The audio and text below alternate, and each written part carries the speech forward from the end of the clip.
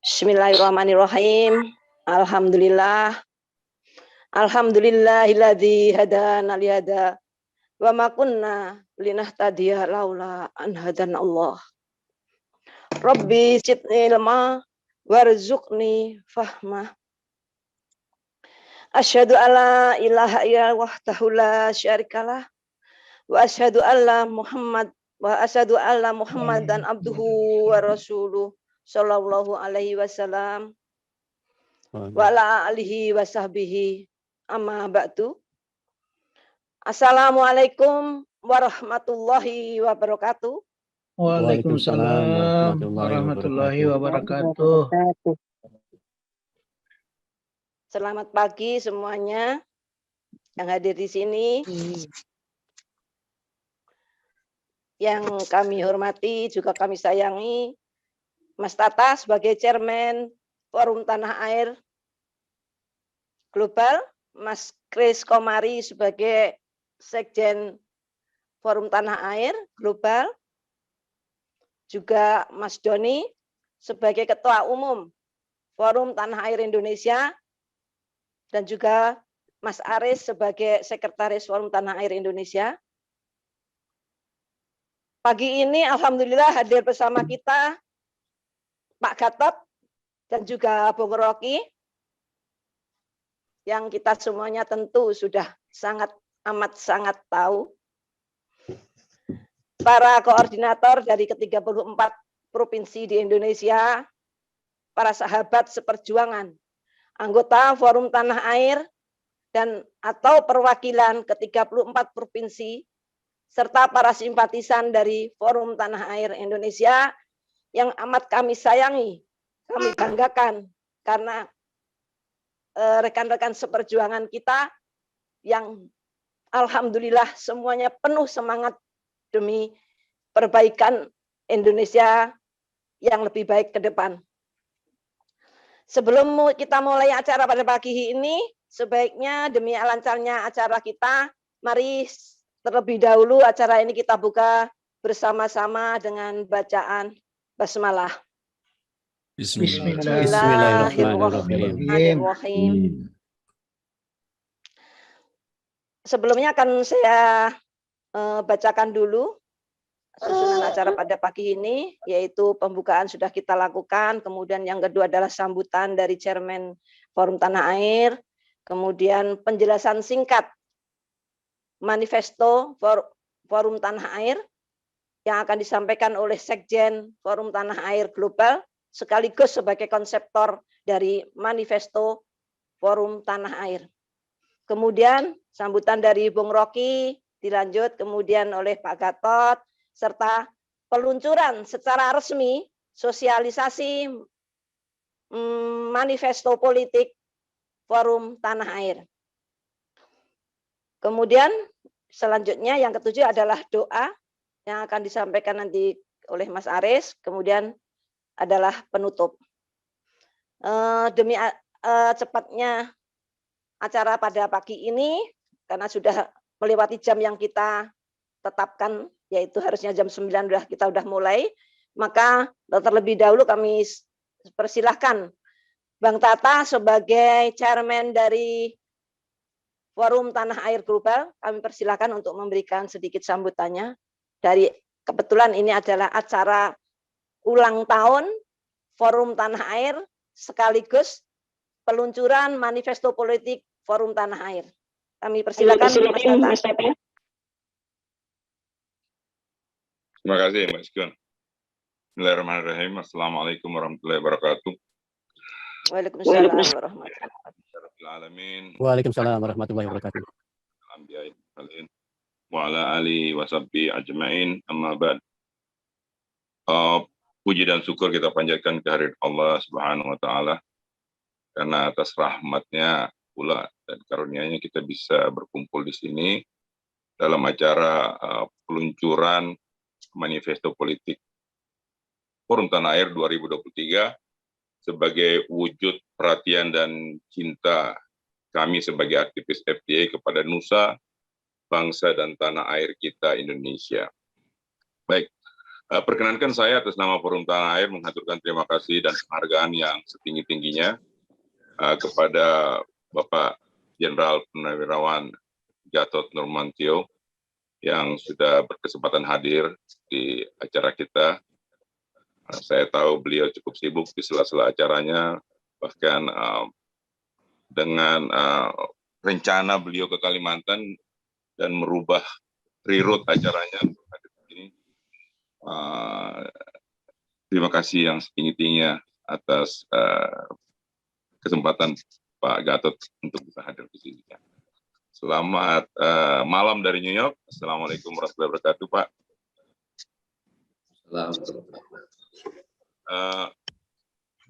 Selanjutnya juga penghargaan dan ucapan yang terima kasih yang tak terhingga kepada Bung Rocky Gerung. Kalau yang satu ini memang sudah sibuk dari dulu ya. Dari official, ada RCTI, belum lagi ceramah keliling kampus, belum hobinya naik gunung, wah sibuk deh pokoknya. Terima kasih Bung Rocky. Selamat malam dari New York. Salam. Oke, perkenalkan saya juga sampaikan terima kasih kepada seluruh aktivis FTA. Selamat malam bagi yang berada di East Coast.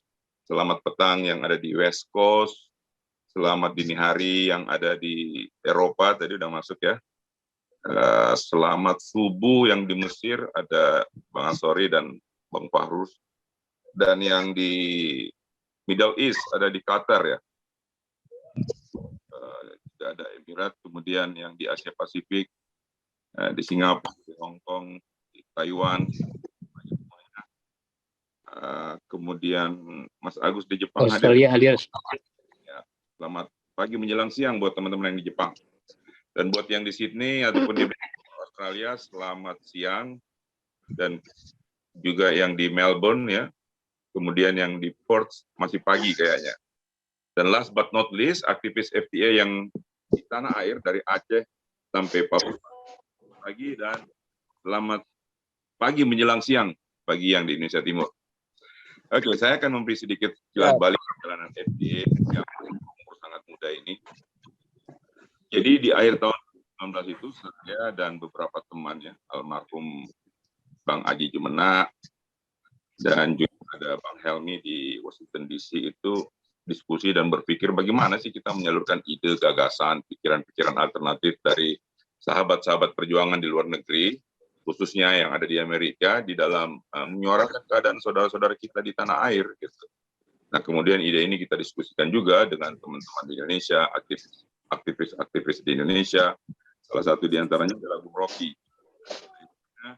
Kita sampai pada satu kesimpulan untuk membuat wadah agar ide, gagasan ada berwujud dan ditindak jadi bagi Indonesia ke depannya. Gitu. Platform perjuangan diaspora dari luar negeri waktu itu yaitu Forum Tanah Air.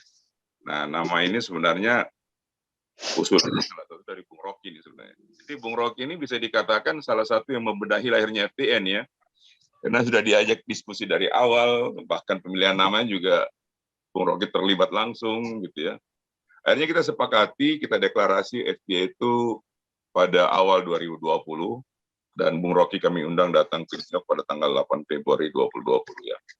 Nah, karena ini forum diskusi, forum pikiran, jadi waktu itu kita buat acara diskusi. Judulnya waktu itu temanya adalah 100 hari pemerintahan Jokowi. Nah, ini bicaranya Rocky Gerung, kita posisikan sebagai oposisi dari luar Senayan, dan ada Ustadz Mardhani Alisera sebagai oposisi dari dalam Senayan. Jadi ada dua oposisi waktu itu ya. Nah, rencana awal kita buat diskusi berkala, setiap 2 bulan sekali kita ngundang pembicara dari tanah air, berbagi aktivis-aktivis diaspora di Amerika. Namun karena pandemi COVID, akhirnya diskusi berikutnya dilaksanakan pada bulan Mei 2020. Itu pun secara online. Makanya Allah Subhanahu Wa Taala punya rencana lain terhadap FTA. Akibat pandemi COVID ini, diskusi-diskusi kami lakukan secara online dengan pakar aktivis di tanah air, diikuti pula oleh sahabat-sahabat perjuangan rupanya perjuangan diaspora di berbagai belahan dunia. Mancanegara dengan FTA pada sekitar bulan Juli 2020. Nah, perjalanan FTA sebagai forum pikiran itu tidak berhenti pada diskusi-diskusi aja. Jadi akhir tahun 2021 itu kami bersepakat untuk mengajukan gugatan judicial review tentang karena melihat aturan tersebut sangat tidak demokratis dan menjadi sebab suburnya oligarki dan oligarki ekonomi dalam perpolitikan nasional. Nah, waktu itu saya sama Mas Kris ya. Mas Kris ini adalah motor daripada komite-komite diskusi FTA. Kita punya 3 komite dalam FTA, yaitu Komite Polhukam, Komite Ekonomi, Komite Sosial Budaya. Nah, kami minta untuk menjadi sekjen, menggantikan Bang Helmi, yang mengisi kekosongan wakil chairman FTA, yang sudah lama kosong waktu itu, sejak almarhum Bang Haji meninggalkan kita akibat COVID di bulan April.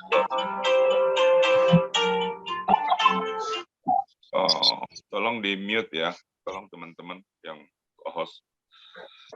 Jadi saya dan Mas Kris beserta 25 diaspora, jadi 27 orang kita ini dari 12 negara itu mengajukan gugatan ke Mahkamah Konstitusi, walaupun ditolak oleh MK pada bulan Februari 22.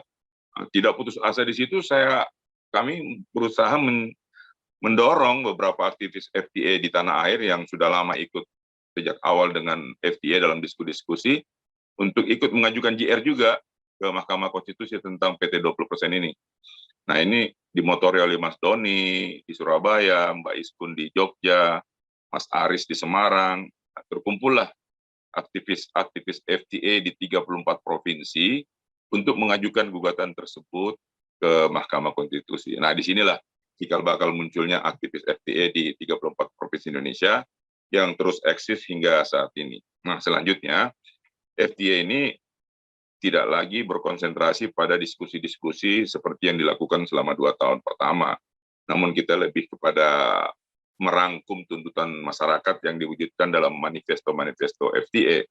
Seperti tahun lalu di Hari Kemerdekaan RI, tahun 2022, FTA mengeluarkan suatu manifesto kemerdekaan yang menuntut dikembalikannya kedaulatan ke tangan rakyat sesuai dengan prinsip demokrasi dan konstitusi kita di pasal 1 ayat 2 Undang-Undang Dasar 45. Nah, terakhir FTA itu membuat suatu manifesto politik yang insya Allah kita akan resmi launching pada hari ini, di mana memuat semua perubahan-perubahan makro yang diperlukan dalam perbaikan politik dan perbaikan ekonomi di tanah air. Oleh karenanya menjadi penting kita berkumpul di sini bukan hanya sekedar untuk merayakan 3 tahun lahirnya FTA, tapi momen yang lebih penting adalah agar manifesto politik FTA ini bisa menjadi pembelajaran kepada rakyat dan pemilik suara akan hak-hak politiknya, sehingga diharapkan bisa menjadi pemilih yang cerdas dan lebih dewasa menyikapi dinamika politik di tanah air. Karena kami di FTA itu berkeyakinan harus ada yang memulai perjalanan untuk mengedukasi rakyat ini. Mungkin hasilnya tidak segera terlihat, namun cepat atau lambat insya Allah kita akan sampai ke sana. Karena mustahil untuk berharap adanya perubahan yang akan dilakukan oleh elit di tanah air dalam keadaan seperti saat ini. Ya. Perubahan itu harus dari rakyat, harus dari arus bawah ke atas. Akhirnya saya ingin mengakhiri dengan mengatakan bahwa upaya-upaya yang kami lakukan sebagai aktivis FTA ini semata-mata karena kecintaan kami kepada tanah air dan terus berharap agar negeri yang kita cintai bersama ini bisa menjadi negara baldatun thayyibatun wa rabbun ghafur. Demikian dari saya, semoga kedepannya nanti kita akan lebih banyak berdiskusi setelah acara launching ini dengan teman-teman dari seluruh ya. Wabillahi taufiq wal hidayah. Wassalamualaikum warahmatullahi wabarakatuh. Waalaikumsalam warahmatullahi wabarakatuh. Terima kasih Bang Tata. Itulah gambaran dari latar belakang kenapa kita ada forum tanah air yang didirikan dari New York. Sedikit penjelasan singkat dan dari perjuangan yang telah kita lakukan bersama, yang telah dilakukan oleh Forum Tanah Air. Terima kasih Bang Tata. Kemudian selanjutnya adalah penjelasan singkat tentang manifesto politik Forum Tanah Air yang akan disampaikan oleh Mas Kris Komari sekaligus sebagai konseptor manifesto politik Forum Tanah Air. Kepada Mas Kris, saya persilahkan. Oke, terima kasih Mbak Iskun. Bismillahirrahmanirrahim. Asyhadu an la ilaha illallah wa asyhadu anna Muhammadan abduhu wa rasuluh. Amma ba'du, fa'udzubillahi minasyaitonir rajim. Bismillahirrahmanirrahim. Alhamdulillahirabbil alamin. Allahumma shalli ala sayyidina Muhammadin nurizati wa siri syarifi syairil asma'i wa sifati wa ala alihi wa sahbihi wasallam. Assalamualaikum warahmatullahi wabarakatuh.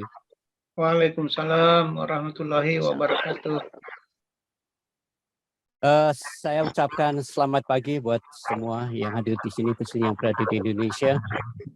Dan tentunya selamat sore dan selamat malam bagi semua aktivis FTA yang berada di luar negeri.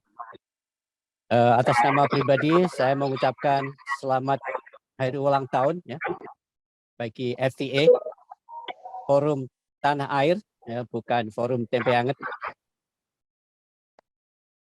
Yang ketiga, saya berdoa dan saya berharap semoga semua para aktivis FTA untuk tetap semangat, tetap fokus dan resolut dalam melakukan aktivisme.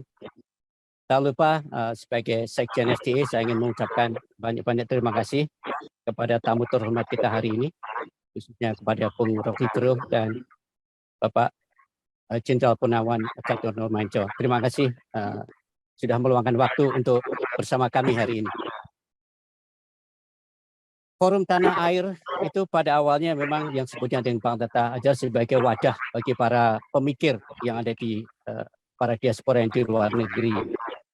Tapi dengan beberapa interaksi diskusi yang telah kita lakukan selama 2 tahun, kita akhirnya menyadari tentang masalah-masalah penting yang dihadapi di tanah air dan kesulitan serta tantangan yang kita hadapi sebagai aktivis. Salah satu tantangan dan kesulitan itu adalah fakta bahwa para pemimpin bangsa dan wakil rakyat pemerintahan yang berada di eksekutif, legislatif, dan yudikatif, mereka sibuk memikirkan dirinya sendiri, memberikan konsolidasi kekuasaan, sehingga apa yang menjadi harapan dan tuntutan rakyat itu tidak diperhatikan. Bisa dibilang hanya sebagai lip service atau janji bohong. Dengan kesulitan itulah para aktivis FTA kemudian membuat suatu kesimpulan bahwa perubahan itu sudah sulit untuk kita harapkan dari pusat. Dan perubahan itu seperti yang Bapak katakan harus kita paksakan dari bawah atau kita mulai dari bawah. Dan itulah sebenarnya yang melatar belakangi munculnya dicetuskannya manifesto politik FTA yang kita bicarakan hari ini. Secara prinsip saya akan memberikan a summary, kesimpulan dan harapan dari manifesto politik yang akan kita launching mulai hari ini. Manifesto politik FTA ini ada 10 tuntutan yang dibagi dalam 3 kelompok. Yang pertama adalah kami para aktivis FTA ingin memperbaiki demokrasi di tanah air dengan cara memperbaiki atau merevisi begitu banyak undang-undang politik yang dikeluarkan oleh Dewan Perwakilan Rakyat yang mengkudeta kedaulatan tertinggi rakyat Indonesia dan sekaligus memberikan hak-hak atau kekuasaan baru kepada partai politik. Jadi keinginan kami yang perlu dicatat oleh teman-teman FTA dan khususnya kepada 2 tamu terhormat kita hari ini. Selain FTA itu memberikan tuntutan, FTA juga memberikan solusi di dalam manifesto politik itu dengan cara memberikan atau memperkenalkan hal-hal yang baru. Salah satu contoh adalah dengan memperkenalkan pergantian anggota DPR dengan recall election.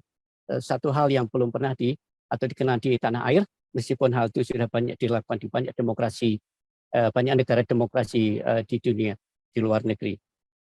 Jadi recall election adalah salah satu yang disebut dengan kontrol mekanisme atau medis control untuk apa? Untuk mempertahankan kedaulatan rakyat dengan mengontrol ya para wakil rakyat di pemerintahan dan juga agensi yang diciptakan oleh pemerintah. Karena pada dasarnya dalam demokrasi kedaulatan tertinggi ada di tangan rakyat, bukan di tangan partai politik atau di tangan pemerintah.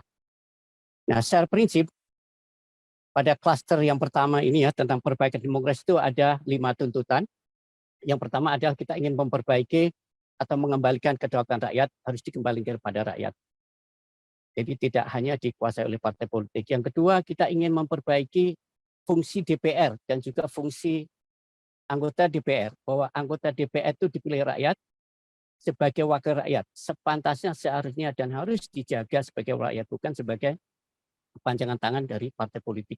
Seperti yang terjadi sekarang ini. Karena itu, saya sering mengatakan bahwa demokrasi di Indonesia sudah berubah dari demokrasi menjadi partaikrasi, yakni pemerintahan oleh partai politik, pemerintahan dari partai politik oleh kader-kader partai politik dan untuk kepentingan para petinggi partai politik. Itu yang harus dirubah.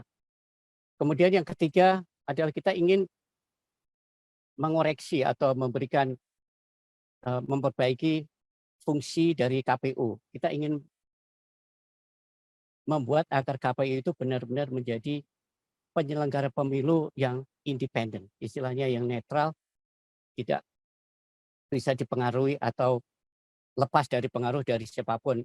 Karena itu FDI juga memperkenalkan hal-hal yang baru kepada KPU, seperti dengan mengubah atau melebur keanggotaan komisioner KPU, supaya terjadi 2 kompetisi di dalam keanggotaan komisioner KPU, supaya terjadi self-control di dalam tubuh KPU.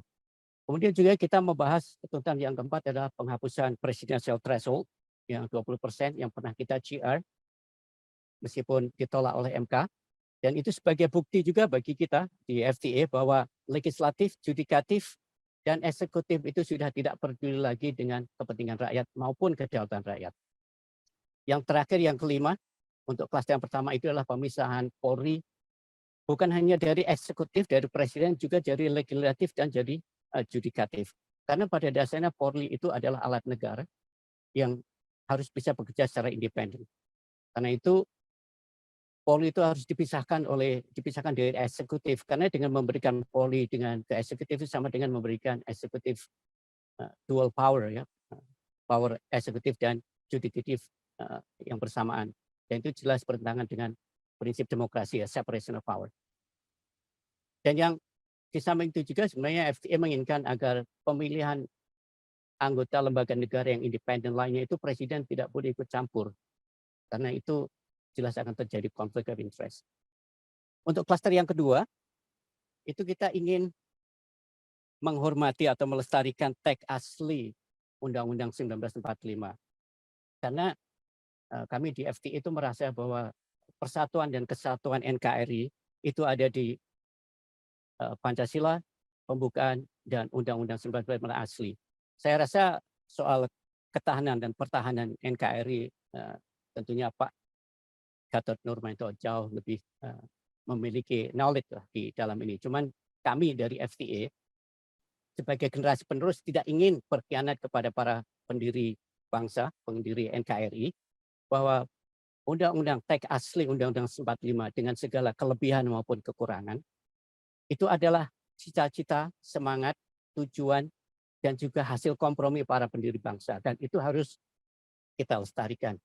Kemudian di dalam klaster yang B ini, untuk kembali ke teks asli, di situ kita melihat bahwa tugas dari pemerintah adalah membuat supaya negara itu independen, baik itu secara keuangan, ya mandiri secara keuangan, atau secara yang lain seperti ekonomi, politik, sosial, teknologi, dan sebagainya. Tetapi di sini yang kita inginkan adalah negara Indonesia itu harus independen secara ekonomi. Dan di sini FTA memperkenalkan hal yang baru, ya, bahwa semua APBN dan APBD itu harus dibikin surplus oriented. Jadi harus berorientasi kepada surplus, tidak kepada spending oriented. Karena itu para pemimpin daerah khususnya atau juga di pusat mungkin, ya, setiap akhir tahun dia sibuk, ya, 2 bulan 3 bulan sebelum akhir tahun itu sibuk apa? Spending.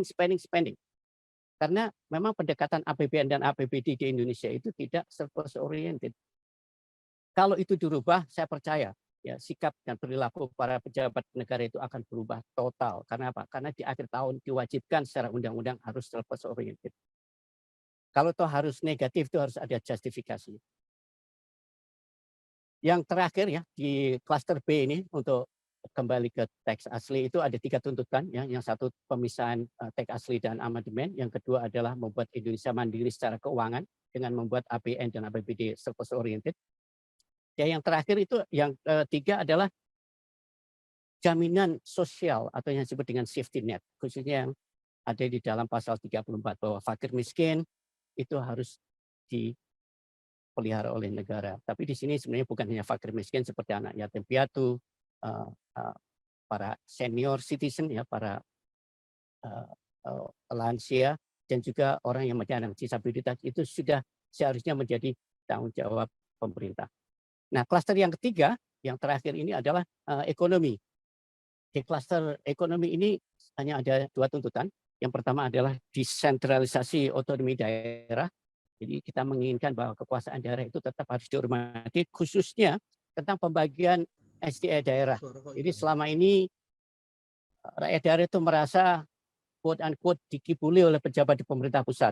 Karena apa? Karena semua SDA daerah itu 95% distor ke pusat, sementara itu rakyat daerah bahkan banyak kota yang kita selidiki itu mendapatkan royalti atau pembagian itu kurang dari 5%, bahkan ada yang 2,5%. Kami merasa para aktivis SDA bahwa pembagian SDA daerah hasil bumi sumber daya alam daerah itu tidak fair, tidak adil dan tidak proporsional. Dan yang terakhir ini kita menuntut tentang pasal 33 Undang-Undang 45 di mana segala sumber daya alam ya dari bumi, air dan mineral yang ada di Indonesia dan juga sektor-sektor penting yang menguasai hajat hidup orang banyak itu seharusnya itu dimiliki oleh negara dan dikelola oleh negara, khususnya sebenarnya BUMN yang harus kembali menjadi sokok guru ekonomi, bukan kerjasama dengan swasta untuk mengeruk SDM bangsa. Jadi secara prinsip itulah yang menjadi poin-poin manifesto FTA. Nah, di sini apa yang menjadi kesimpulan dari manifesto ini? Kesimpulannya itu begini, bahwa para aktivis FTA setelah 2 tahun mengadakan perdebatan, kita menyadari bahwa perubahan dari pusat itu sudah sulit sekali diharapkan dengan kondisi politik yang ada sekarang ini. Dengan begitu banyaknya undang-undang yang menggugurkan ke dalam rakyat. Karena itu perubahan itu harus dipaksakan dari bawah. Bagaimana caranya? FTA mengeluarkan manifesto ini sebagai acuan, sebagai pedoman, sebagai materi, sebagai narasi baru bagi publik untuk menuntut perubahan supaya terstruktur dari bawah. Karena pada dasarnya FTA merasa bahwa sebenarnya kekuatan partai politik, kekuatan capres, kekuatan ketua partai politik itu tidak ada artinya apabila rakyat sebagai pemilih, sebagai voters itu solid, bersatu. Misalkan rakyat katakanlah di Jawa Timur, kalau bersatu tidak memilih cagup yang dipromosikan oleh oligarki atau oleh partai yang berorientasi dengan oligarki, kan mereka tidak akan menang. Begitu juga dengan capres.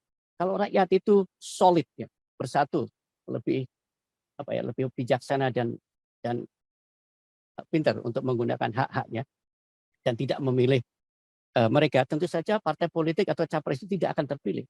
Jadi sebenarnya kedaulatan tertinggi itu memang benar-benar ada di tangan rakyat. Cuman bagaimana rakyat itu supaya lebih educated, dalam bahasa kami well informed ya, lebih memiliki suatu informasi yang baik dan benar agar mereka memilih seorang capres, seorang caleg, seorang pemimpin daerah dan partai politik yang benar-benar mewakili kepentingan rakyat. Dan yang terakhir, ya harapan kita dari FTA itu adalah dengan keluarnya manifesto politik ini, kami berharap para semua aktivis di tanah air ya, semua publik, itu akan bisa menjadi ini sebagai materi untuk didiskusikan di masing-masing daerah. Kemudian di halaman terakhir kita sengaja membuat yang disebut dengan perjanjian politik atau kontrak sosial generik. Di situ bisa diedit, disesuaikan dengan kebutuhan, tetapi secara prinsip kita ingin menuntut kepada pemerintah, bukan hanya menuntut, kita memberikan solusi, kita membenarkan hal yang baru, agar demokrasi berjalan dengan baik, agar ekonomi dikelola dengan baik, ya agar kedaulatan rakyat dihormati, dan jaminan sosial itu benar-benar disediakan oleh pemerintah. Jadi secara garis besar itu penjelasan dari saya, summary, kesimpulan maupun harapan dari FTA. Bila ada kurang lebihnya, saya mohon maaf. Wabillahi taufiq wal hidayah. Assalamualaikum warahmatullahi wabarakatuh. Terima kasih. Waalaikumsalam warahmatullahi wabarakatuh. Terima kasih Mas Kris sebagai Sekjen dari Forum Tanah Air Global dan sekaligus sebagai konseptor dari Manifesto Politik Forum Tanah Air ini. Itulah sedikit gambaran dan latar belakang dari apa dan tujuan kita bahwa Forum Tanah Air ini menggagas manifesto politik tersebut. Terima kasih Mas Kris. Selanjutnya kepada Bung Rocky, saya silahkan untuk memberikan sambutan tentang Forum Tanah Air yang jelas Bung Rocky paham dan amat sangat paham tentang Forum Tanah Air dari awal berdiri hingga saat ini. Kami persilahkan Bang Rocky. Oke, terima kasih teman-teman. Saya tidak terkejut bahwa forum ini akan berlanjut dan berujung pada manifesto. 3 tahun lalu ketika di sebuah kafe kecil di New York kita berupaya untuk mencari akal bagaimana supaya pikiran-pikiran di KAMI, pikiran-pikiran di kampus, pikiran-pikiran di partai oposisi itu bisa diakumulasi menjadi semacam gerakan. Tapi kita sadar waktu itu bahwa tidak mungkin gerakan yang basisnya adalah intelektual itu bisa menghasilkan perubahan dalam jangka waktu yang secepat-cepatnya. Karena itu kita bentuk satu forum pikiran, dan setiap pikiran kalau dia mengental menjadi kehendak itu yang akan mengakibatkan energi muncul. Jadi sekarang hari ini pikiran itu yang sudah mengental selama 5 tahun berwujud menjadi kehendak. Manifesto adalah kehendak dari pikiran. Jadi itu intinya. Kenapa dipilih istilah manifesto? Karena dia adalah batas antara analisis dan tindakan. Begitu sesuatu manifest, maka dia akan mencairkan keraguan-raguan. Kalau kita belajar sedikit tentang hubungan antara apa yang laten dan apa yang manifest, laten itu artinya dia potensial. Tetapi karena masih dilingkupi oleh variabel-variabel keraguan-raguan, dia tidak mungkin dieksplisitkan. Nah, hari ini dieksplisitkan sesuatu yang tadinya potensial, sekarang dia manifest. Nah, dokumen yang ada di kita itu adalah kehendak untuk menghasilkan perubahan dan memerlukan tindakan. Jadi saya kira satu kesempatan sudah terbuka, dan memang itu yang ingin kita pesankan pada generasi baru, pada calon-calon presiden, atau pada diri kita sendiri yang berupaya untuk tampil secara imperatif, secara kuat untuk menuntut perubahan. Jadi sekali lagi, suasana hari ini adalah semacam batas antara keraguan-raguan dan harapan. Nah, batas itu sudah kita lampaui, kita tidak lagi ragu-ragu untuk mengatakan bahwa kita punya kehendak untuk menemukan kembali Indonesia. Jadi itu psikologinya ada di situ. Tentu orang akan tanya, faktanya apa? Kenapa kalian tiba-tiba mau lakukan semacam aktivitas melampaui diskusi intelektual? Diskusi intelektual itu persiapan argumen aja untuk menghasilkan statement ini. Nah, fase atau etapa diskusi itu sudah selesai. Sekarang kita masuk pada etapa perjuangan real. Jadi itu konteksnya tuh. Dan betul tadi Pak Kris menguraikan problem-problem bangsa ini yang kalau kita singkat dalam bentuk yang lebih sederhana, jelas bahwa ada perampokan sumber daya. Di masa Pak Harto bahkan membiarkan sebetulnya sumber daya dikuras. karena tidak mungkin negara melakukan pengendalian sumber daya ketika ekonomi Indonesia dibuka dan dipaksa terbuka supaya bisa masuk di dalam perekonomian global. Tapi Pak Harto tahu bahwa yang dikuras oleh oligarki itu adalah hak dari rakyat Indonesia. Karena itu dipastikan oleh Pak Harto, oligarki silahkan, konsesi segala macam itu, tetapi yang kembali ke negara itu masih 35%.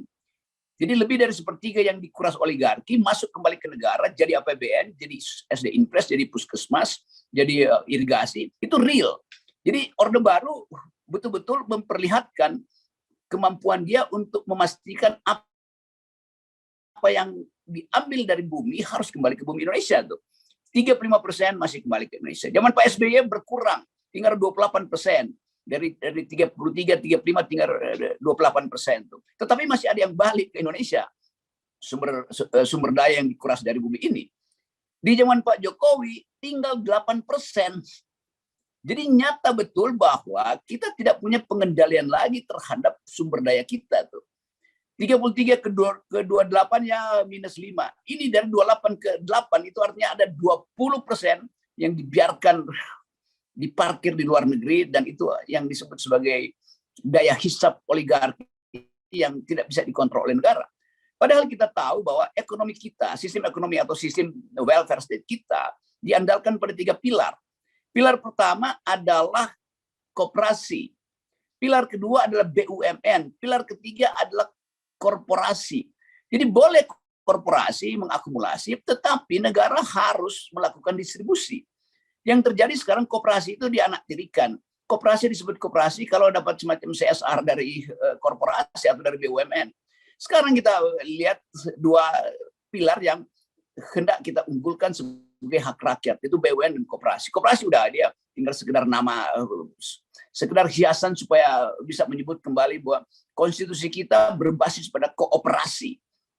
Itu tinggal nama. BUMN yang adalah hak rakyat untuk memperoleh manfaat dari keuntungan BUMN, sekarang itu jadi permainan politik dari seorang menteri atau beberapa pejabat partai yang dimasukkan di situ sebagai komisaris. Jadi sekali lagi hak rakyat terhadap warisan nenek moyang dia berupa minyak, sawit, nikel, batu bara, bauksit, segala macam itu tidak kembali ke kita. Itu yang menyebabkan orang bingung. Kata Pak Jokowi, kita ada surplus perdagangan, ekspor ekstraktif, tetapi semuanya nggak balik ke Indonesia, diparkir di luar negeri. Kan itu masalahnya kan. Hak kita untuk memperoleh hasil itu diparkir di luar negeri, sehingga Bank Indonesia mesti bujuk para oligarki ini, bawa ke Indonesia dong, tanam di sini, nanti kita kasih insentif pajak atau keringanan bunga. Jadi kita mengemis pada hal yang kita punya sendiri. Kan ini absurd betul. Hak kita harus kita ngemisin ulang. Jadi itu keadaan real di kita dari segi kesejahteraan. Nah, yang kedua soal politik, ada kasakusuk koalisi itu. Kan kita tahu koalisi itu dibentuk bila power sharing udah selesai, baru bentuk koalisi itu. Sehingga koalisi itu menetap. Yang sekarang terjadi, koalisi dibangun hari ini, besok dia tambah peserta atau dia kurangi peserta. Jadi ini koalisi di antara para maling sebetulnya tuh. Koalisi yang benar itu kalau kita sama-sama paham bahwa power sharing saya 20%, Anda dapat 40% di kabinet. Itu dalam sistem kabinet, sistem politik parlamentarisme. Ada koalisi yang jelas power sharingnya. Ini di dalam sistem presidensial, ada koalisi yang justru tidak pernah jelas apa arah koalisi itu. Selain intai-mengintai komorbid, intai-mengintai problem. Jadi terlihat istilah koalisi aja udah ngaco di sini. Nah, kita ingin agar sebuah koalisi itu betul-betul hasil dari kesepakatan awal untuk power sharing. Tapi yang terjadi bukan itu. Jadi apa itu isi koalisi? Koalisi itu ada debt collector, mau jadi masuk dalam koalisi, berkoalisi dengan siapa? Dengan tengkulak. Tengkulak berkoalisi dengan siapa? Dengan maling. Ini koalisi antara para maksiat. Dan itu yang membuat kita nggak punya harapan. Jadi sekali lagi, saya balik pada poin tadi, manifesto artinya kehendak untuk menghasilkan sesuatu melalui tindakan. Jadi fase intellectual discourse itu udah kita selesaikan dan tidak ada cara lain kita keluarkan manifesto. Jadi saya kira itu poinnya. Dan Forum Tanah Air bertanggung jawab terhadap manifesto yang dikeluarkan. Kita harus tuntun itu sehingga tiba di kepala batin generasi baru, agar nanti 2024 bisa kita pastikan telah terbit sebuah generasi yang dihasilkan oleh kehendak untuk mengubah Indonesia dan menemukan kembali keadilan yang ditenggelamkan oleh rejim ini. Saya kira itu poinnya, dan saya sangat senang ada Pak Gatot yang terus konsisten untuk terlibat, kendati beliau tetap diintai, dicurigai karena memimpin sebuah lembaga yang disebut KAMI, kami, dan itu menunjukkan bahwa pemerintah tetap peka dengan oposisi itu. Jadi sekali lagi, selamat ulang tahun, karena saya bertanggung jawab secara etis terhadap forum ini, saya ikut membentuk, dan kita ingin kesepakatan yang kita sebut manifesto hari ini bisa menghasilkan perubahan dengan cara yang sehat, dengan kehendak mulia untuk mengucapkan kembali bahwa Indonesia tidak akan tenggelam. Saya kira itu poinnya. Terima kasih. Assalamualaikum warahmatullahi wabarakatuh. Waalaikumsalam warahmatullahi wabarakatuh. Terima kasih Bung Rocky. Sungguh sangat luar biasa. Terima kasih semangat yang selalu diberikan oleh Bung Rocky kepada Forum Tanah Air ini. Terima kasih sekali lagi. Terima kasih. Selanjutnya sambutan dari beliaunya Bapak Purnawirawan Jenderal Gatot Nurmantio. Saya persilahkan Bapak, monggo. Terima kasih. Assalamualaikum warahmatullahi wabarakatuh. Waalaikumsalam warahmatullahi wabarakatuh. Salam dan salam sejahtera bagi kita semuanya. Sungguh suatu suasana yang kita semuanya saya ajak bersyukur dari Allah Subhanahu wa Ta'ala, Tuhan Yang Maha Esa, karena kita bisa berkumpul walaupun menggunakan media, dan berkumpul semuanya ini mujizat Allah yang diberikan kepada kita semuanya, bahwa kita bisa berkumpul masih memikirkan bagaimana kondisi bangsa kita ini, seperti yang sampaikan Bang Rocky tadi, yang menggunakan akal sehat. Bang Rocky itu selalu menggunakan akal sehat. Saya singkat saja karena ini saya sebenarnya sudah tidak perlu bicara, karena FTA ini adalah suatu wadah perjuangan dalam menentukan nasib saudara-saudara sebangsa dan setanah air untuk menuju masyarakat yang adil dan makmur. Luar biasa dengan manifesto yang 10 tersebut. Tapi sebelumnya saya ingin menyimak kembali supaya kita sama-sama jelas bahwa bangsa ini merdeka karena merasa bahwa penjajahan itu tidak sesuai dengan pri kemanusiaan dan pri keadilan. Sekarang ini kita sudah menghilangkan tujuan awal kita semuanya berjuang, bukan kita, maksudnya para pendahulu kita berjuang, adalah karena penjajahan itu tidak sesuai dengan pri kemanusiaan dan pri keadilan. Sekarang penuh dengan tidak pri kemanusiaan dan tidak pri keadilan. Akan saya buktikan nanti.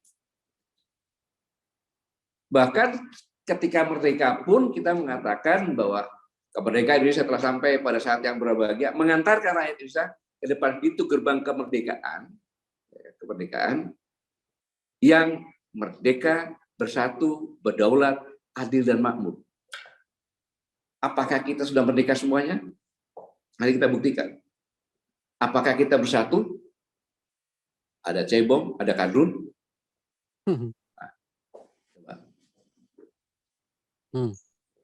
Padahal ini semuanya sudah disertai dengan doa. Berkat rahmat Allah yang Maha Kuasa, dengan didorong oleh keinginan luhur, supaya berkehidupan berbangsa yang bebas, maka rakyat Indonesia itu merdeka. Maka yang pertama kali dinaungkan oleh Bung Karno adalah belum ada negara, tapi rakyat semuanya yang bersatu. Kami bangsa Indonesia dengan ini menyatakan kemerdekaannya. Jadi 17 Agustus itu bukan negara yang merdeka. Rakyat, bangsa adalah kumpulan manusia yang punya hasrat satu, punya cita satu, yaitu merdeka. Itulah maka kedaulatan di tangan rakyat, karena yang menyatakan merdeka itu rakyat semuanya pada saat itu tidak melihat dari asal usul dari mana, agama apa, dan sebagainya, menyatakan merdeka. Belum ada negara, belum ada wilayah, belum ada pemerintahan, belum ada pengakuan internasional. Dan keesokan harinya, karena Bung Karno mengatakan dalam waktu yang sesingkat-singkatnya, barulah terbentuk pemerintahan dengan tujuan melindungi segenap bangsa Indonesia yang merdeka tadi dan seluruh tumpah darah Indonesia, yaitu tempat kita bernaung semuanya, dan untuk memajukan kesejahteraan umum. Jadi seluruh tumpah darah ini untuk memajukan bangsanya, kesejahteraan umum,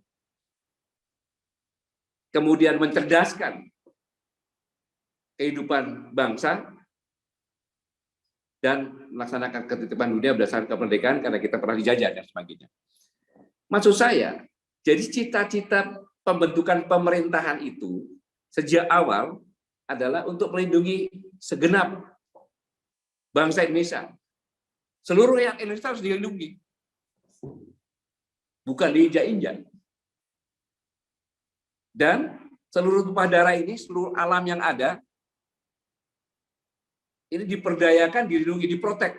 Jadi proteknya itu kepada rakyatnya Indonesia sendiri, bangsanya, dan seluruh tumpah darah itu diprotek.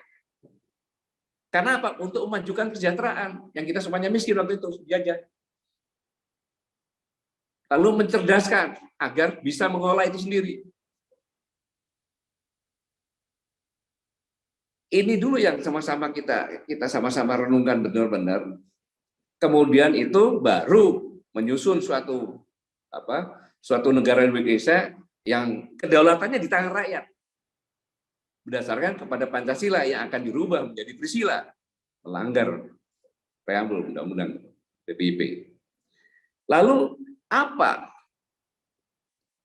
resikonya kalau tidak kita lakukan? Sekarang ini telah terjadi diskriminasi karena treatment pelaksanaan negara ini yang tidak adil. Dan dikotomi hitam putih. Sehingga kesimpulannya ada yang menikmati surga Indonesia dan bukan orang asing Indonesia, bukan pribumi, dan ada yang sudah di neraka sebelum mati, yaitu kebanyakan pribumi.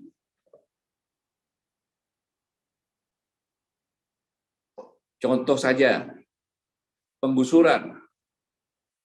Satu orang punya ratusan ribu, bahkan hampir 1 juta hektar tanah.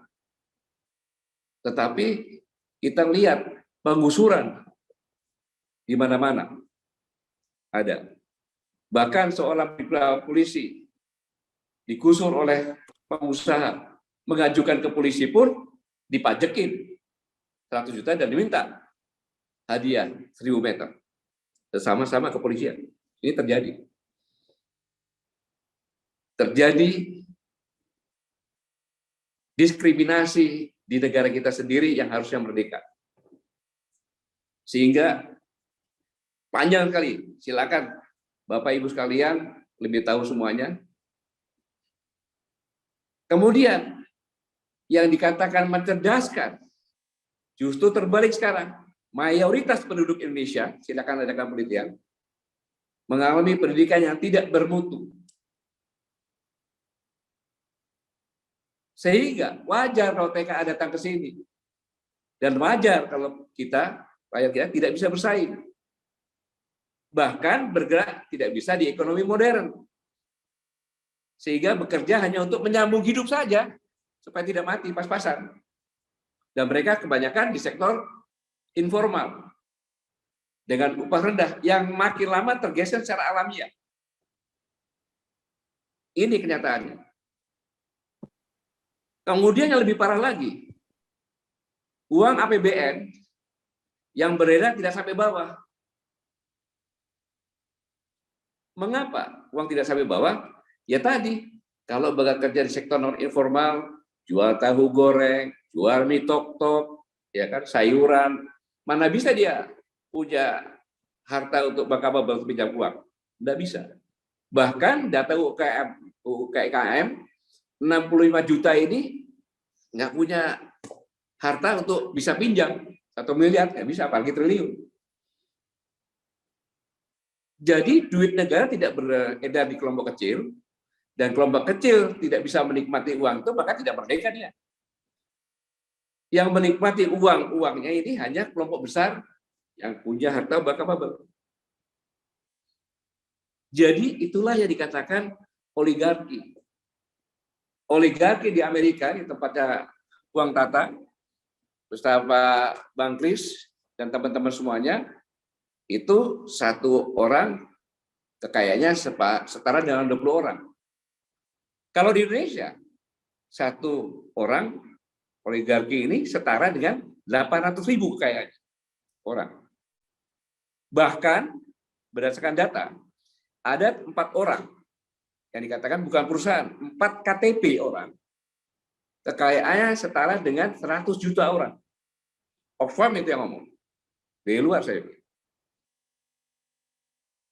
Yang keempat, karena singkat, saya nggak saya jabarkan aja, saya pikir sudah mengerti. Sehingga kelompok kecil tadi tidak menikmati kemerdekaan. Yang dicanangkan pertama kan tadi. Karena tidak ada pelindungan terhadap bangsa, tidak ada pelindungan terhadap tumpah darah. Yang diprotek lalu kita untuk bangsa ini. Untuk mensejahterakan. Terbalik.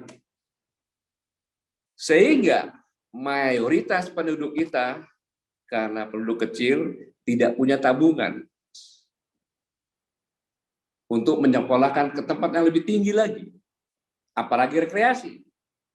Saya sebagai Panglima TNI, kalau mau lebaran, saya harus berpikir bagaimana menyiapkan kendaraan, bus-bus yang bisa membuat anak buah saya itu secara gratis pulang mudik. Itu bahagianya luar biasa. Apalagi rakyat kecil. Prajurit TNI. Ada disiapkan bus, kemudian disiapkan snack, daftarnya ikut, bahagianya luar biasa. Bahkan sampai sekarang mereka tidak melupakan, hanya untuk ongkos berangkat ke di antara kampung halamannya aja yang lewat darat, apalagi lewat pesawat. Mereka tidak punya harapan ke depan. Penelitian yang saya sampaikan ini adalah penelitian yang dilakukan oleh Bank Dunia. Yang Bank Dunia mengatakan bahwa inilah yang membuat bangsa ini akan tenggelam, akan punah. Karena ini. Coba bayangkan. Jadi itu, diskriminasi, dikotomi hitam putih. Ini sebenarnya yang harus sama-sama kita sama-sama manifesto ini mengerucut ke arah ini. Mengapa demikian? Karena terjadi kudeta konstitusi, yaitu Undang-Undang Dasar 1945 dikudeta. Itu bukan amandemen, dirubah. Hitungan saja, lihat berapa kata dalam Undang-Undang Dasar 45 dan berapa kata yang dirubah, berapa pasal dirubah. Nanti akan kelihatan, oh iya, berubah dengan bahasa sopannya amandemen. Nah, berkaitan dengan ini, maka yang 10 tadi, 10 manifesto tadi, kemudian kontrak politik, kalau saya disuruh kontrak politik, saya katakan jujur, saya tidak mau. Karena saya tidak bisa melaksanakan. Yang paling penting sekarang ini kontrak politik, yang paling penting sekali kalau kita sama-sama pahami ini yang apa yang terjadi apabila kita melanggar dengan cita-cita pendahulu kita yang sudah memprotek bangsa, memprotek tanah air, kemudian untuk mensejahterakan, betapa hebatnya luhurnya.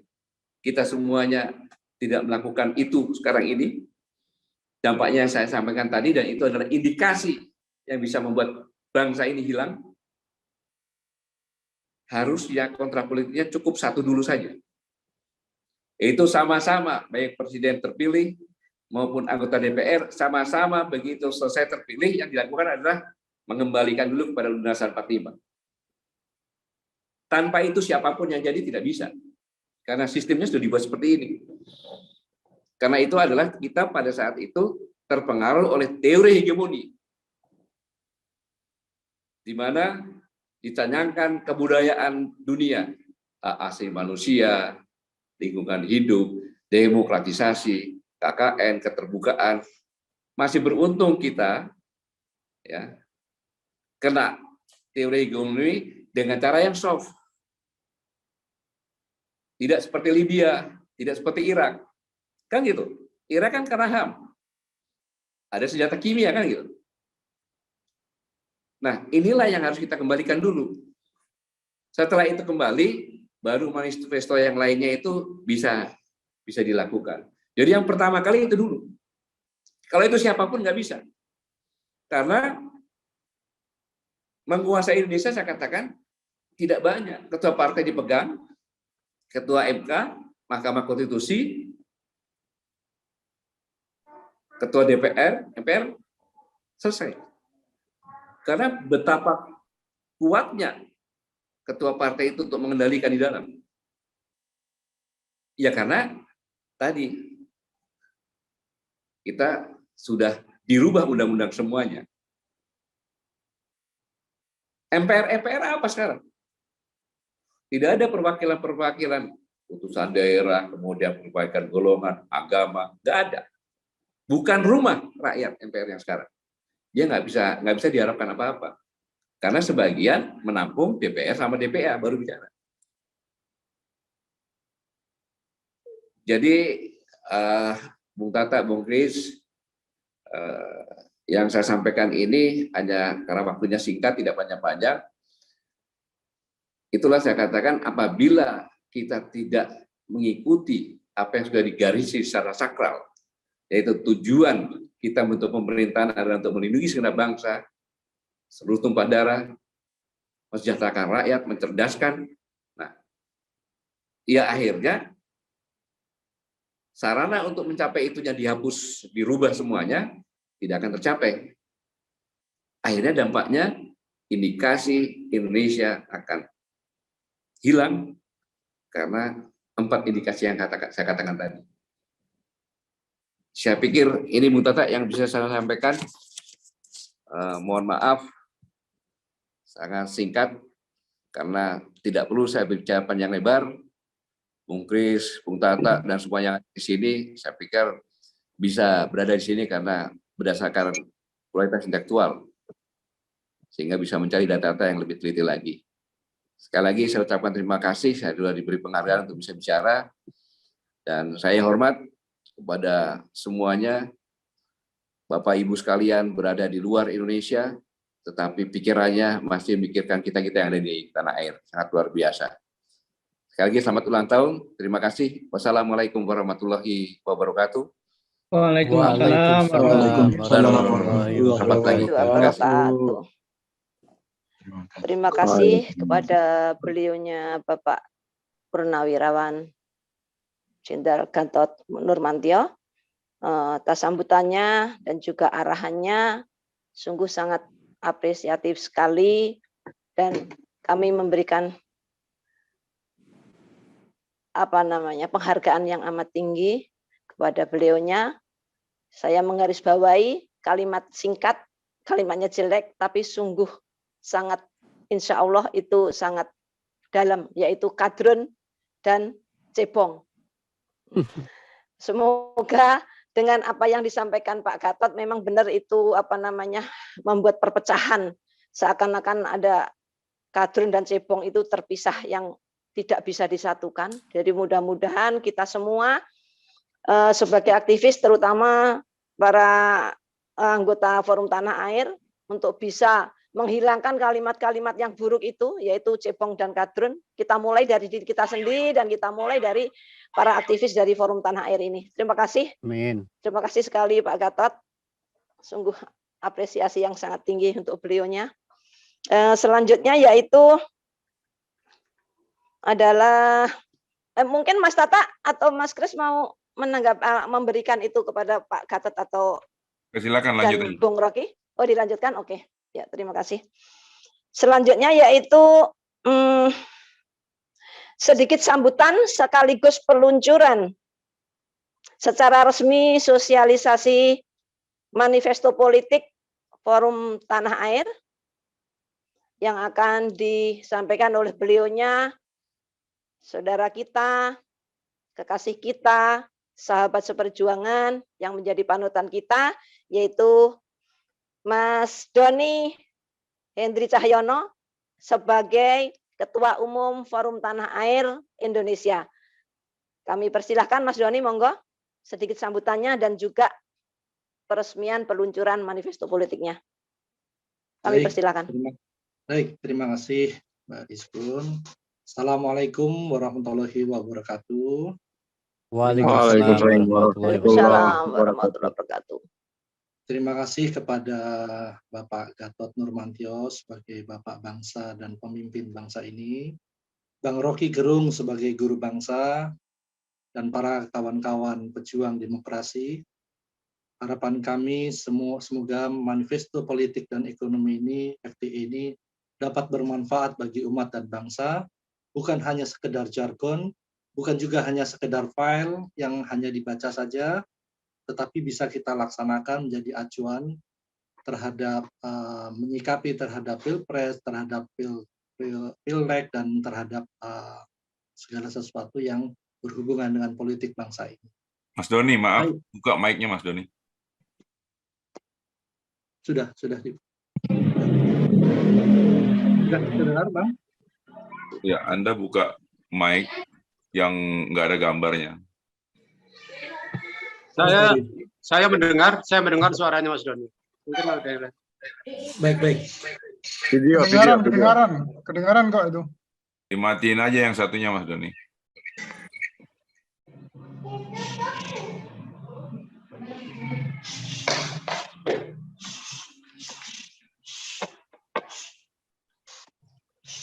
Baik. Ya, baik. Saya ulangi kembali. Semoga manifesto politik dan ekonomi FTE ini dapat bermanfaat bagi umat dan bangsa, bukan sekedar jargon atau sekedar tulisan belaka atau file belaka, bisa kita gunakan sebagai acuan dalam menyikapi pilpres hari ini, tahun depan, pilek, dan terhadap kepala daerah masing-masing. Baik, dengan mengucapkan Bismillahirrahmanirrahim, dengan ini saya meluncurkan manifesto Forum Tanah Air bagi kita semua. Allahu Akbar. Allahu Akbar. Alhamdulillahirabbil alamin. Terima kasih kawan-kawan semua. Ya, silakan lanjut terus. Silakan Mas Doni, ada yang masih perlu disampaikan lagi? Kami berharap, alhamdulillah kawan-kawan semua, kita sudah meluncurkan apa yang sudah kita gagas sudah berbulan-bulan. Kita diskusikan dengan para tokoh, dan aktivis, mulai dari Bang Refli Harun, dari jurnalis, ada dari Surabaya, Mas Dimam, dan lain-lain.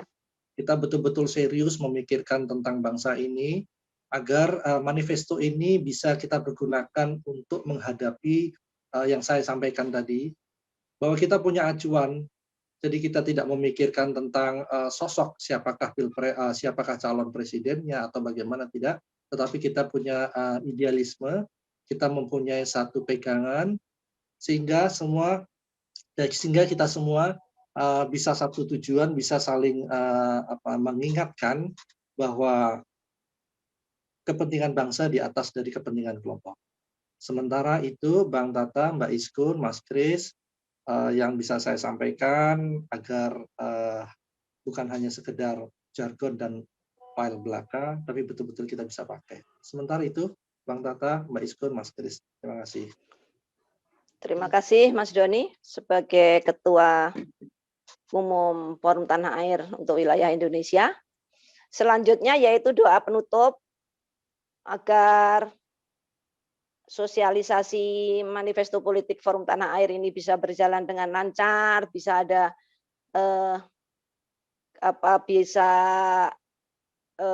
viral, bisa diviralkan juga, bisa menembus sampai ke masyarakat bawah, bisa diketahui, bisa untuk menjadi pedoman ataupun edukasi bagi seluruh masyarakat Indonesia.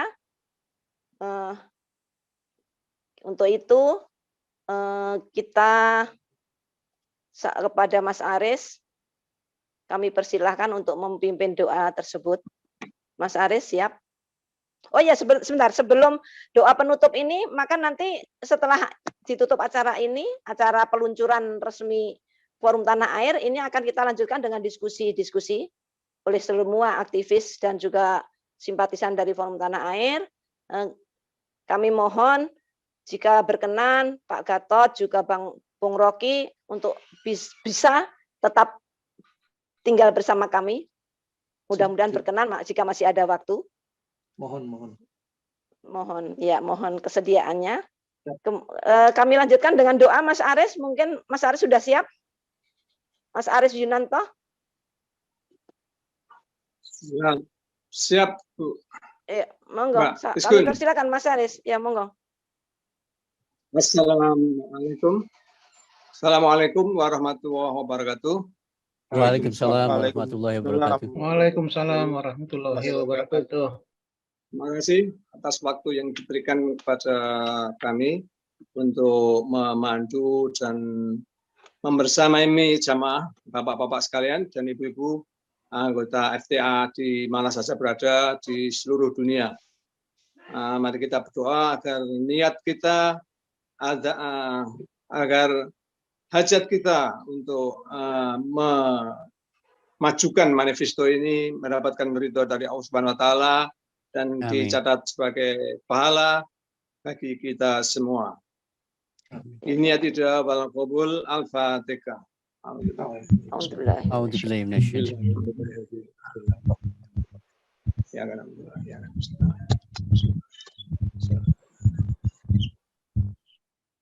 A'udzu billahi minasyaitonir rajim. Bismillahirrahmanirrahim. Alhamdulillahirabbil alamin. Hamdan syakirin, hamdan na'imin, hamdan yuafi ni'amah, yukafi majida. Ya Rabbana lakal hamdu kama yanbaghi jalali wajhika lil karim wa adimi sultanik.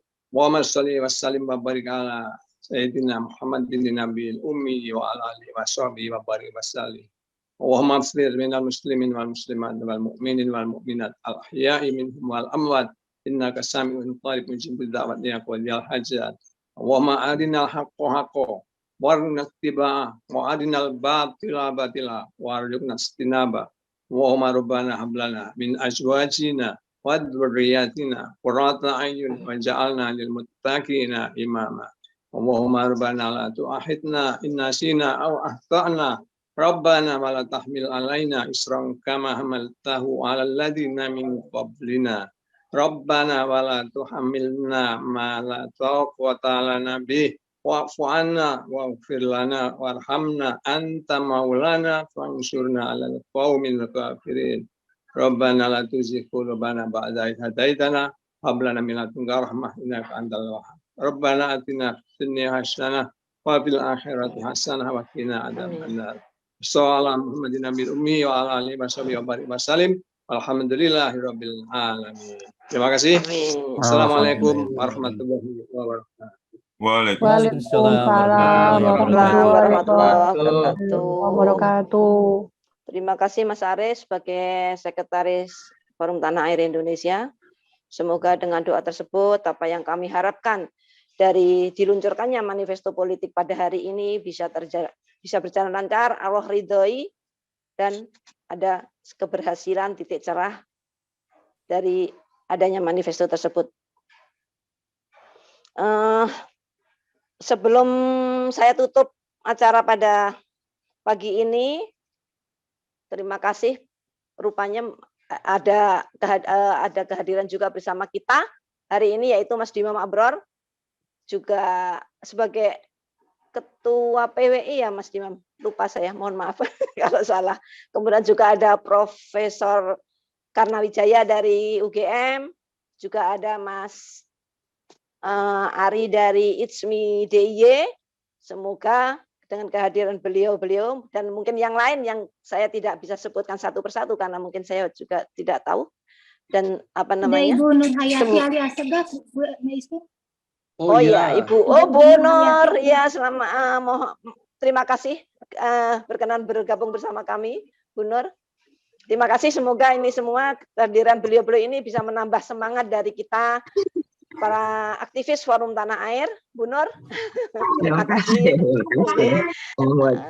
Ya, dan jika mungkin ada wartawan yang juga hadir di sini, nanti dipersilahkan untuk memberikan tanggapan ataupun pertanyaan-pertanyaan yang mungkin jika ada yang perlu diketahui dari manifesto politik Forum Tanah Air ini. Jadi sekali lagi kepada kepada semua simpatisan dan juga seluruh anggota dan aktivis Forum Tanah Air dipersilakan untuk tetap tinggal bersama kita semua, karena selanjutnya akan dilakukan diskusi bersama untuk manifesto politik kita bersama.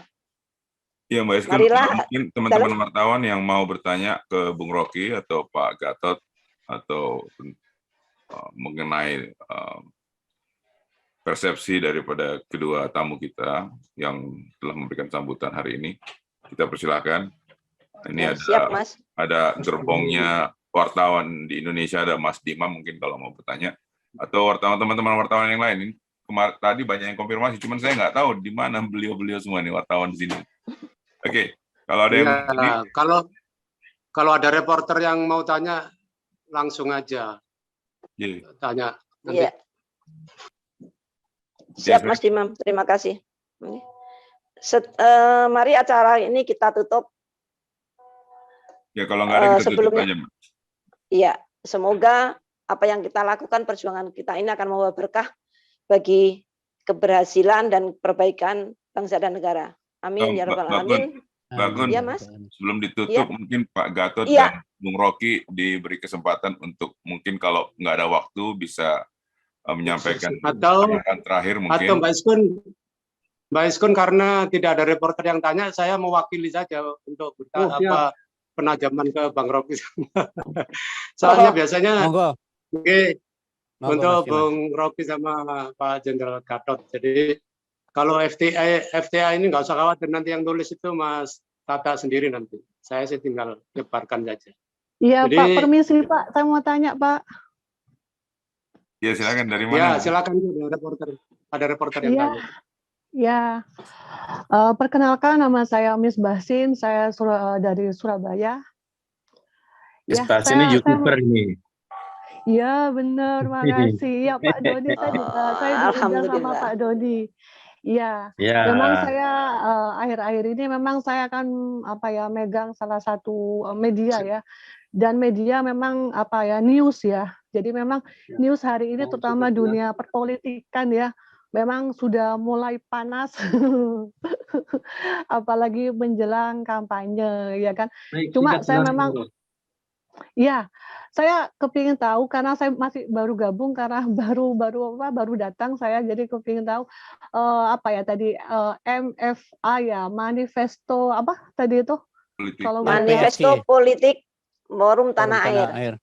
Oh, Forum Tanah Air. Oh iya. Cuma saya belum jelas karena saya baru gabung jadi nggak seberapa jelas tadi. Cuma saya yang pasti pengagum Pak Purnawirawan Gatot, luar biasa, saya suka banget sama beliau dan sama juga Bung Rocky. Saya pernah ketemu sama Bung Rocky waktu itu di Hotel Mercury waktu itu. Pak Gatot juga di acara. Untuk pertanyaannya, mohon maaf. Ya, pertanyaannya untuk saat ini ya kan, bagaimana ya cara menyikapi dengan MFA untuk saat ini yang sudah mulai marak ya kan, kedepannya untuk menjadi lebih baik itu bagaimana? Itu aja deh, karena saya nggak ngikutin dari awal. Ya udah, sekian, terima kasih. Assalamualaikum warahmatullahi wabarakatuh. Waalaikumsalam warahmatullahi wabarakatuh. Mungkin ini Mas Tata ya yang ada yang lain nggak? Teman wartawan yang lain sebelum mungkin Bung Rocky atau Pak Gatot bisa memberikan tambahan. Boleh tanya nggak? Kita cuma kasih kesempatan untuk wartawan, kita nggak diskusi, Mas. Nanti diskusinya setelah ini. Iya, setelah acara ini selesai. Mohon maaf, Bunda, mohon maaf. Iya, saya boleh Mbak izin Nur. waktu duhur di Papua, Bunda. Ya, mohon Oke, maaf saya silakan. bisa ini dulu ya. Mas Dimam, monggo Mas Dimam mewakili Mas Dimam. Silakan. Oh, saya. Oh, baik. Baik, terima kasih kalau saya diberi amanat untuk mewakili. Tentu saja nggak mewakili semua, tapi nanti barangkali bisa memperkaya perspektif kita. Jadi Pak Gatot dan Bung Rocky, saya gabung saja. Saya kira tadi paparan dari Pak Gatot sangat menarik sekali karena kita bisa melihat bagaimana akar dari permasalahan bangsa kita ini. Artinya yang disebut sebagai kudeta konstitusi itu kemudian bukan hanya amandemen, tapi benar mengubah konstitusi kita di akar-akarnya. Sehingga kemudian sekarang ini yang terjadi adalah universalisme begitu ya. Jadi bahkan kemarin ada manifesto juga ya dari organisasi Nahdlatul Ulama yang sudah berusia 1 abad justru mengacu kepada PBB, ada piagam PBB di situ, yang di situ kemudian bentuk negara bangsa ya yang coba diseragamkan. Nah ini saya minta penajaman atau tanggapan dari Pak Gatot karena saya kira negara bangsa ini muncul setelah Perang Dunia Kedua dan PBB ini kan lembaga yang didirikan oleh pemenang Perang Dunia Kedua dan kemudian juga menjadi instrumen politik untuk dalam tanda kutip tadi kalau disebut hegemoni yang disampaikan oleh Pak Gatot, ya kalau saya melihat instrumennya salah satunya barangkali adalah PBB yang menjadi instrumen politik itu. Jadi ketika kita terlanda oleh hegemoni internasional ini, apakah itu disebut sebagai kapitalisme, liberalisme yang sudah diproklamasikan sebagai the end of history, itu artinya setelah komunisme jatuh ya sudah, ini eranya kapitalisme, liberalisme global. Kemudian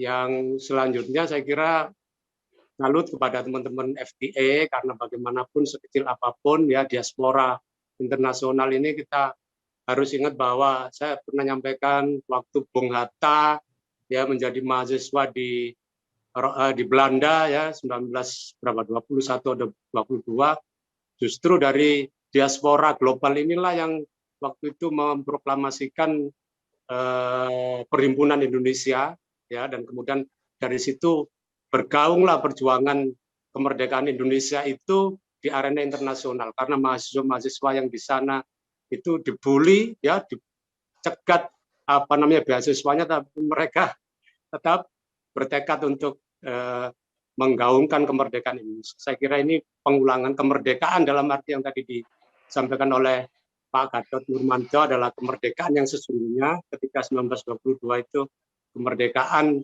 yang belum kita raih dari penjajahan. Dan yang terakhir manifesto ini tadi seperti disampaikan oleh Bung Rocky, jangan berhenti ya kita mengutip.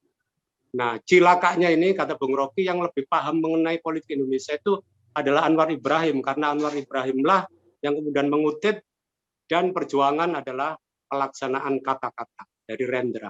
Jadi saya kira FDA global ini setelah manifesto, FDA semuanya jangan lupa bahwa perjuangan ini adalah pelaksanaan kata-kata. Manifesto ini adalah kata-kata dan sekarang kita harus memperjuangkan kata-kata yang kita sampaikan di dalam manifesto itu. Begitu Mas Atta dan Mbak Iskun. Terima kasih. Terima kasih Mas Dimam. Terima kasih Mas Dimam. Ya monggo Pak Gatot dan juga Bung Rocky mungkin mau menanggapi ya Mas. Mungkin Bung Rocky dulu, mungkin Pak Gatot lagi enggak. Silakan Pak Bung Rocky. Oke, saya konsisten pada saya ucapan tadi bahwa ada tahap di mana kita selesai dengan penjelasan-penjelasan akademik itu. Yaitu memang ada soal the end of history, tapi bahkan yang menulis sendiri dia udah ubah itu. Jadi di ujungnya Francis Fukuyama menganggap bahwa supremacy of capitalism itu juga bohong sebetulnya. Jadi coba sekaligus saya mau tegur, kalau ada literatur itu kita nggak usah kutip-kutip, karena kita tahu bahwa kalau kita mau kutip, ikuti perdebatan terakhirnya tuh. Jadi nanti kalau saya ditanya bagaimana sikap Anda tentang the end of history, itu bukan sikap saya yang nulis sendiri udah rubah sikapnya kok. Jadi hal-hal itu. Jadi saya mau efisienkan aja pembicaraan bahwa kita ada di dalam keadaan kegentingan menghadapi kapitalisme. Jadi tesisnya bukan pada Francis Fukuyama, tapi pada pembicaraan di Davos 2 minggu lalu tentang cara untuk mengubah ekonomi dunia melalui footprint ekologi. Jadi itu intinya tuh. Jadi silahkan baca Davos. Davos perhimpunan para kapitalis bahkan mengubah dimensi dia dalam membayangkan dunia. Dunia ke depan itu akan diasuh oleh local community, dan itu yang sedang dirancang oleh para kapitalis justru itu. Dunia ke depan akan diasuh oleh prinsip-prinsip ekologi, itu yang sedang dirancang oleh millennials. Jadi saya tahu bahwa memang kalau kita masih mau diskusi itu ya udah buka forumnya, saya terangkan habis-habisan. Tapi saya tadi masuk dalam satu kepastian, manifesto itu adalah batas antara diskusi dan aksi. Itu intinya tuh. Terima kasih. Baik, terima kasih Bang Romi. Saya pamit ya, saya ada acara dan silakan teruskan. Jadi saya terima kasih semua komentar itu. Tapi pastikan ada kehendak, ada energi lain selain diskusi. Thanks ya. Saya pamit. Terima kasih Bang. Terima kasih Bang Rocky. Soalnya Bapak Gatot Nurmantio mungkin masih bersama kami. Masih, silakan Pak. Ya, kami persilahkan Pak Gatot. Baik, terima kasih. Saya hanya menyimpulkan bahwa kejadian sekarang ini karena tidak ada konsistensi dari loyalitas kita yang sudah tinggal menikmati kemerdekaan terhadap apa yang sudah diperjuangkan. Kalau kita lihat, para pendahulu kita membuat pagar atau kotak yang sangat luar biasa. Dari pemerintah, membentuk pemerintah itu tugasnya adalah melindungi segenap bangsa Indonesia. Karena bangsa Indonesia ini yang terjajah, yang sekian tahun menjadi menderita, maka harus dilindungi. Kenapa? Intelektualnya masih rendah, kondisi ekonominya masih rendah karena bekas terjajah. Termasuk juga seluruh tumpah darahnya juga. Tempat dia bernaung ini juga harus dilindungi, diprotek. Karena tanpa ini, bagaimana kita bisa mencerdaskan rakyatnya kan gitu. Nah, untuk melindungi ini maka harus ada tujuannya untuk mensejahterakan, karena selama ini kita tidak sejahtera, bangsa terjajah. Dan sambil berinvestasi sumber daya manusia, yaitu mencerdaskan. Nah, inilah sebenarnya oleh pendahulu dikatakan bahwa semua undang-undang di bawahnya ini harus mengacu pada preambul, pembukaan. Dan susunan negara itu berdasarkan kepada Pancasila tadi, yang ketuhanan yang Maha Esa dan seterusnya ini. Selama kita tidak konsisten dengan ini, maka ya ini yang terjadi. Karena yang namanya Indonesia ini, bandingkan negara lain yang mana, tidak ada satupun negara yang bisa mengalahkan kondisi alamnya. Karena sejak tahun 1800-an kita sudah, bangsa Mongol sudah tahu ini dan mengutus Mengki untuk mengatakan bahwa kerajaan Nusantara ini menjadi bawahan jajahannya Mongolia. Tapi kita justru potong telinganya kembali. Diserang lagi 4 tahun kemudian dengan 1000 kapal, bisa kita pukul mundur. Terus dijajah lagi sampai dengan selesai Perang Dunia Kedua. Karena memang sekarang pun dijajah dalam bentuk lain. Nah, kalau kita tidak kembali lagi kepada apa yang dihadiahkan oleh pendahulu kita, bahwa tujuan kita ini adalah untuk mensejahterakan, melindungi segenap bangsa ini, ya akhirnya sekarang ini yang menikmati justru bukan bangsa Indonesia. Cek saja itu. Tetapi justru bangsa Indonesia sekarang ini kembali lagi. Maka saya katakan ada yang menikmati Indonesia, tetapi kebanyakan justru yang mendapatkan neraka Indonesia. Inilah permasalahan, dan ini apabila dibiarkan, bangsa ini akan hancur, bangsa ini akan hilang, terjadi perpecahan. Saya pikir ini yang bisa saya sampaikan, dan saya mohon pamit karena saya harus ada di undangan lagi, Bung Tata dan teman-teman saya, Bung Kris. Sekali lagi saya terima kasih dan saya hormat, bangga, dan salut atas semangat yang sangat luar biasa memikirkan bangsa kita yang sekarang ini ya, dalam keadaan baik-baik saja. Semoga dengan manifesto yang ada ini bisa mempengaruhi semua anak bangsa dan kita bersatu. Hanya karena bersatu aja kita bisa bangkit. Dan terima kasih itu.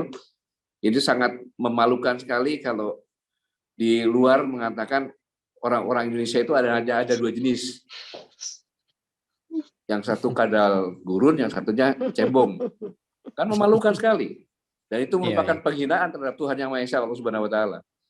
Kita diciptakan sebagai manusia, kok kita dipanggilnya binatang, kan itu sangat keterlaluan. Terima kasih, Bu Tata. Mbak, saya kembalikan. Assalamualaikum warahmatullahi wabarakatuh. Waalaikumsalam warahmatullahi wabarakatuh. Terima kasih banyak. Terima kasih Pak Gatot atas waktu yang diberikan untuk kita semuanya. Terima kasih sekali. Semoga itu akan membawa semangat dan keberkahan bagi kita semua. Sebelum kita mulai dengan diskusi, maka kita akhiri acara peluncuran dan peresmian dari manifesto politik ini. Sebelumnya kita tutup dulu dengan doa penutup, yaitu Subhanaka Allahumma wa bihamdika asyhadu alla ilaha illa anta astaghfiruka wa atubu ilaih.